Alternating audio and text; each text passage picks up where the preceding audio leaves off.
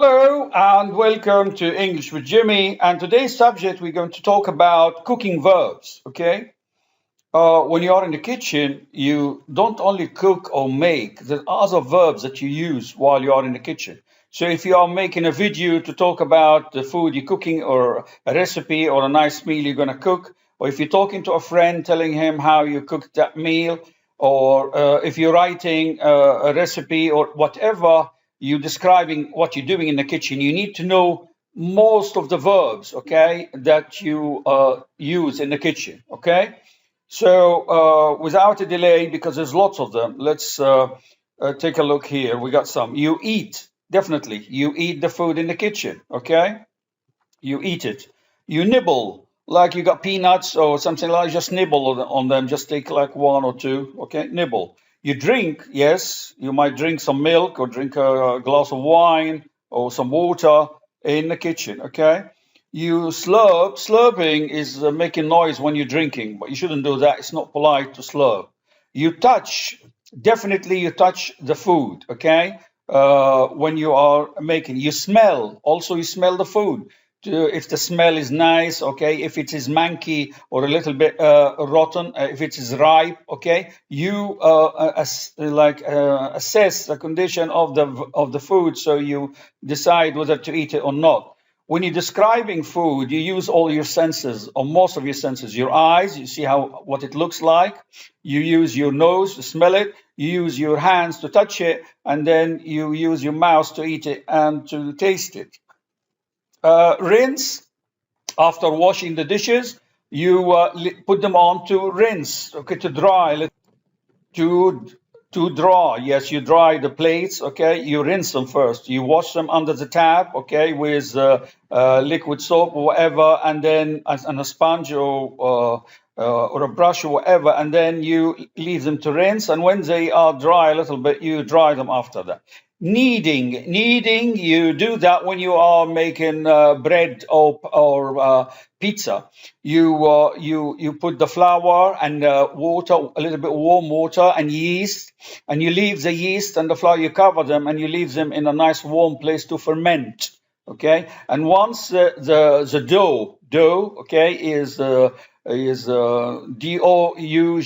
okay, is ready after a couple of hours, you start kneading it with your hands. You knead it with your knuckles and your hands, okay? That's kneading with a K. Sip, when you're drinking, like sipping a cup of tea or a coffee or something like that, have a sip. It's a polite way of drinking rather than slurping, making noise, okay? Sip. Tasting is very important in cooking. You taste the food to make sure that you got enough salt or is sweet enough or salty enough, okay? Tasting, yes, of course, we talked about that. Seasoning. Seasoning is to add like spices and herbs to the food, okay? It's important that you know what you're doing when you use the spices, or so you don't make it too spicy, or the opposite of spicy is mild, okay? So we can say mild or spicy. How would you like your KFC, Kentucky Fried Chicken, or whatever? You say, I like them mild or I like them spicy, okay?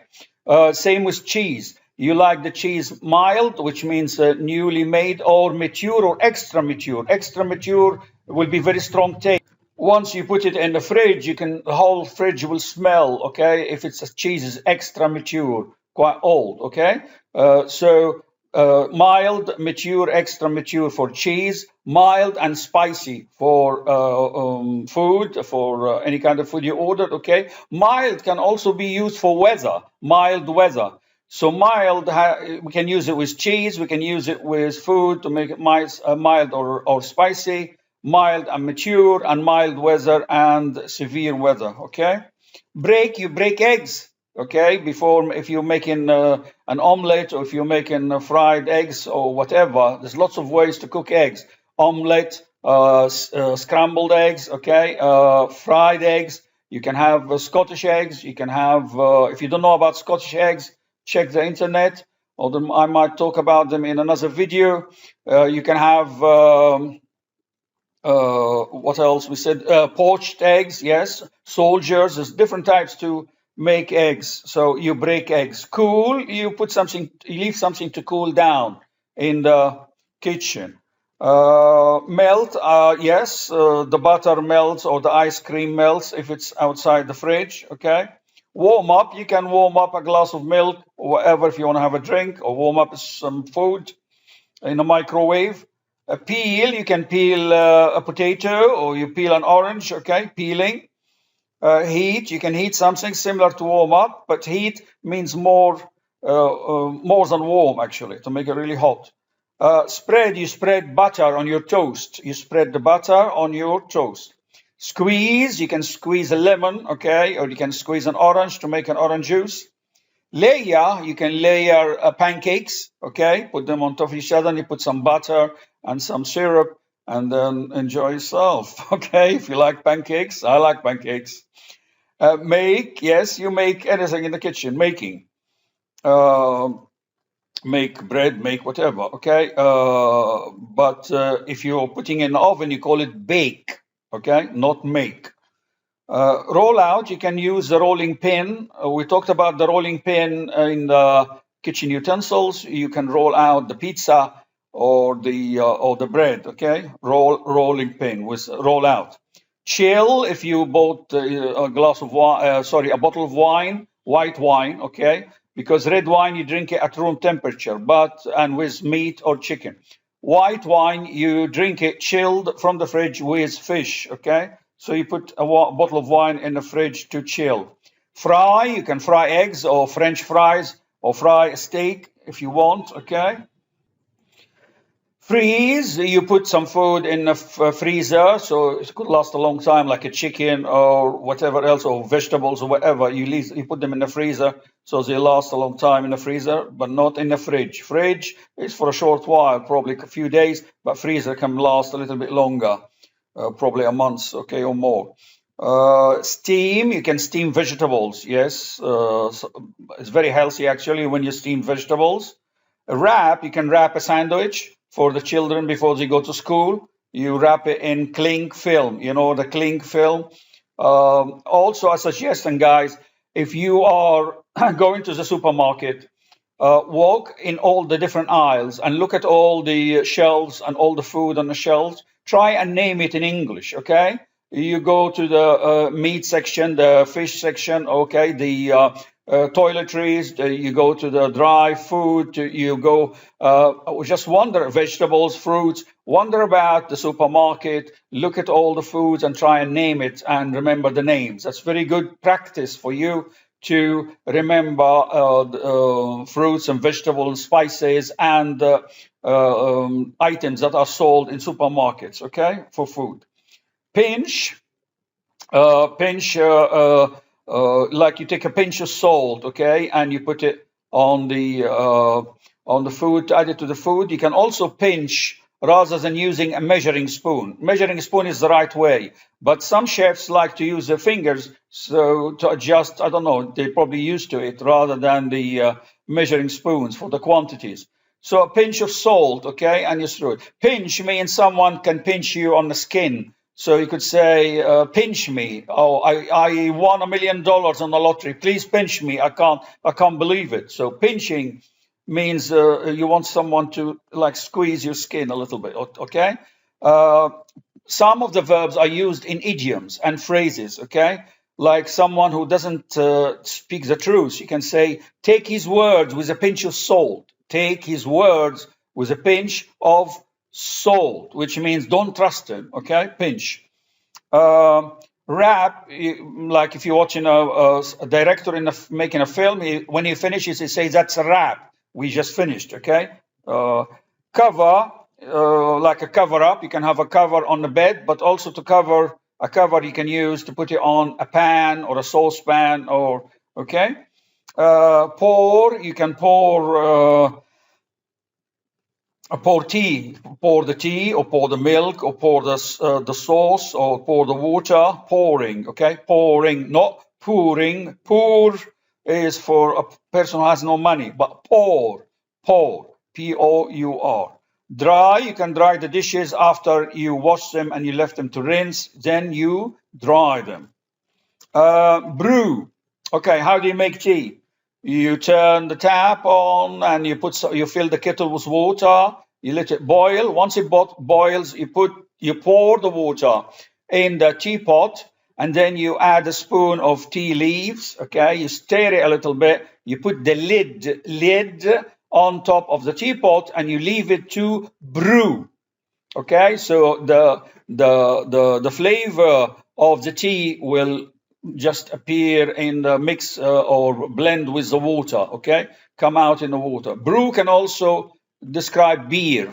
So when someone says to you, let's go for a quick brew, it could mean we go for a quick drink, beer or something, or we can go for a cup of tea or a mug of tea, yes?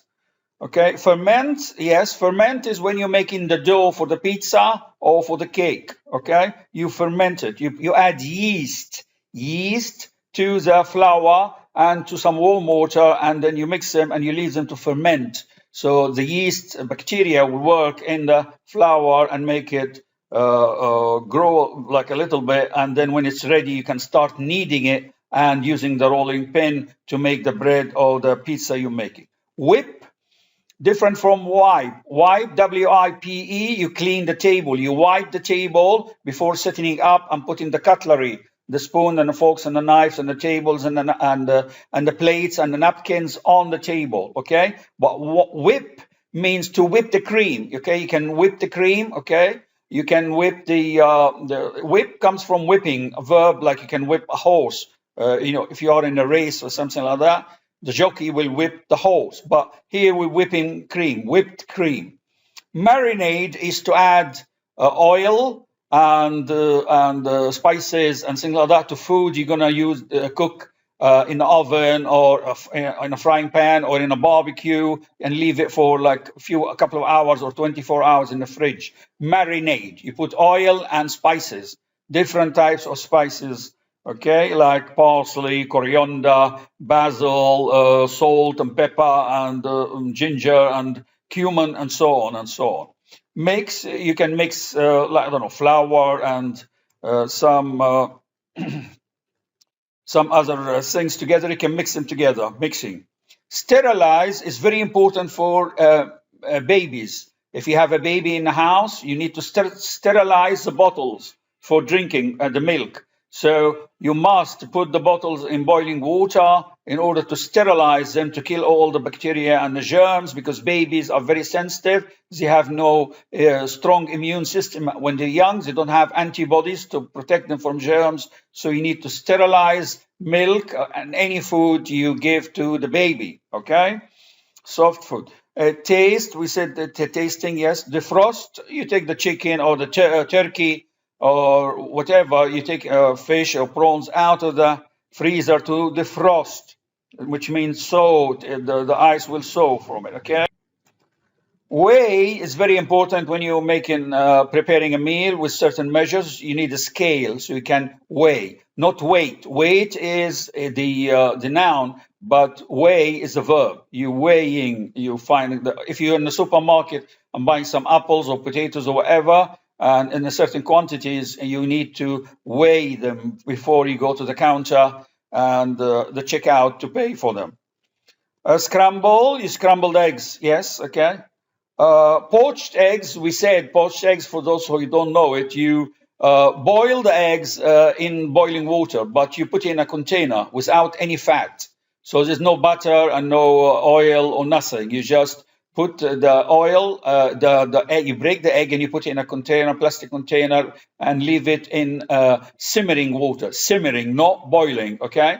After the water boils, you send the gas down and you leave it to simmer, and you put the eggs you break the eggs and you put the white and the yolk inside these container and wait for them. It's very healthy because there is no fat attached to the eggs. Okay, that's poached.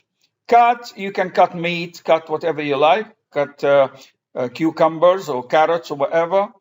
Chop, you can chop bones, chop carrots, okay, chopping, okay, with a cleaver.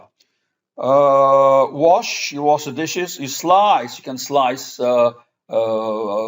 cheese, you can slice onion, you can slice potatoes, okay. Grill, it's also good because grilling is normally when the heat comes from above the meat or the sausage or the bacon or whatever you're cooking, which is very healthy because it helps the meat get rid of the fat.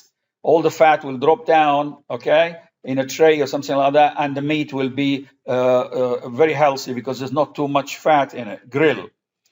Grate, you grate cheese. Many of us like Parmesan cheese on spaghetti bolognese. So you grate the cheese and then you add some of it on the spaghetti bolognese. Blend, you have a blender, we can blend, I don't know, whatever you're making. I don't know, sauce or a cake or something. Blending in a blender. Skim is to take the fat off the top of the milk, or so you like in the supermarket, you'll find that the milk is skimmed, semi-skimmed, or full cream. So personally, I like semi-skimmed. Some people like it skimmed. Some people like the full cream because they like the cream. Depends, different taste. So you should, when you are in a supermarket, select that. Skim can also apply to if you're making a sauce. You skim the top of the sauce if there's lots of, I don't know, like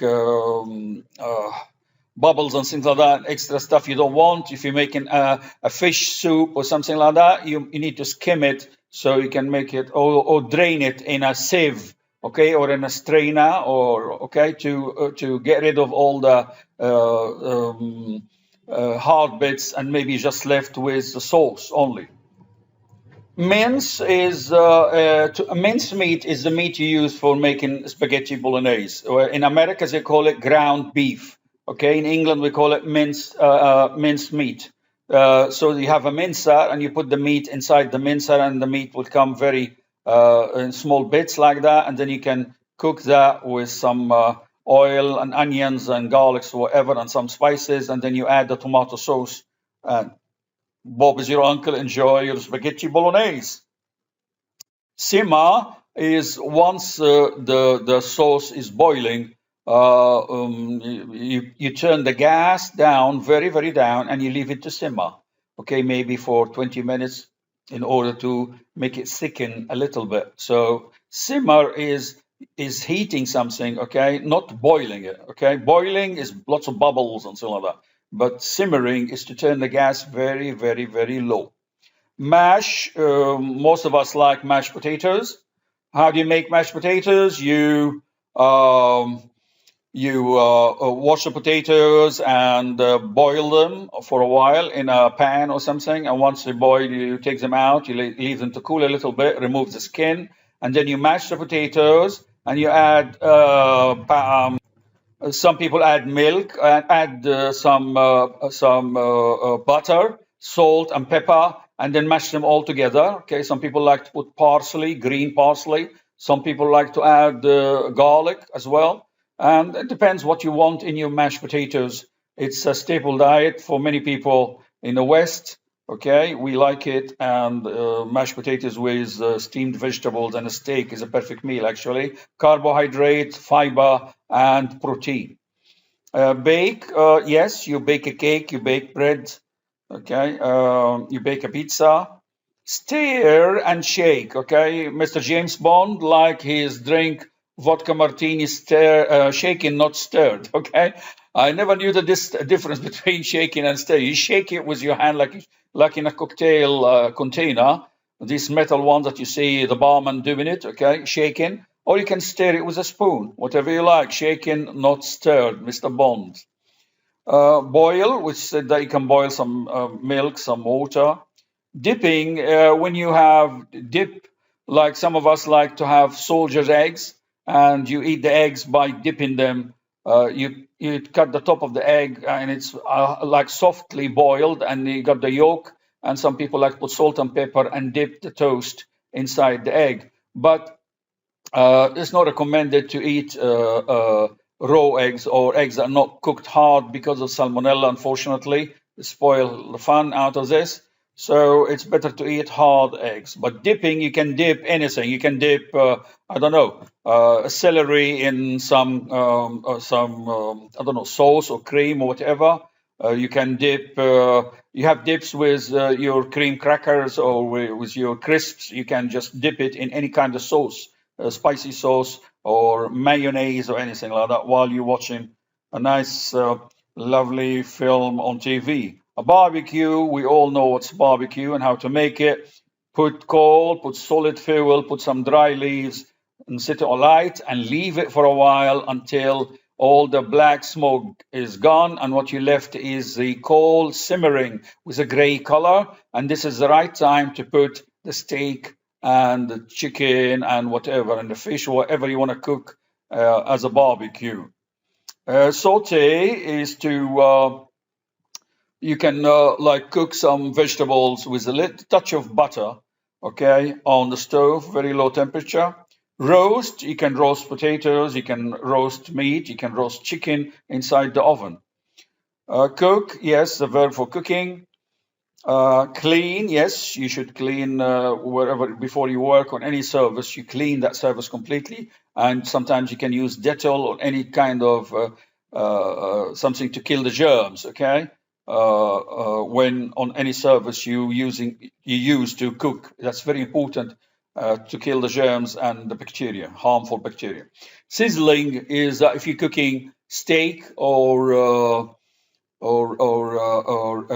I don't know, a chicken or a turkey or any kind of food you're cooking inside the oven, and let's say you switch the oven off after it's cooked, and then you open the oven while it's still hot, and you take the tray out. You wear your oven gloves first and take the tray out. You'll find that the meat is making a sound because the fat, okay, the chicken or whatever is sizzling like this. That's called sizzling.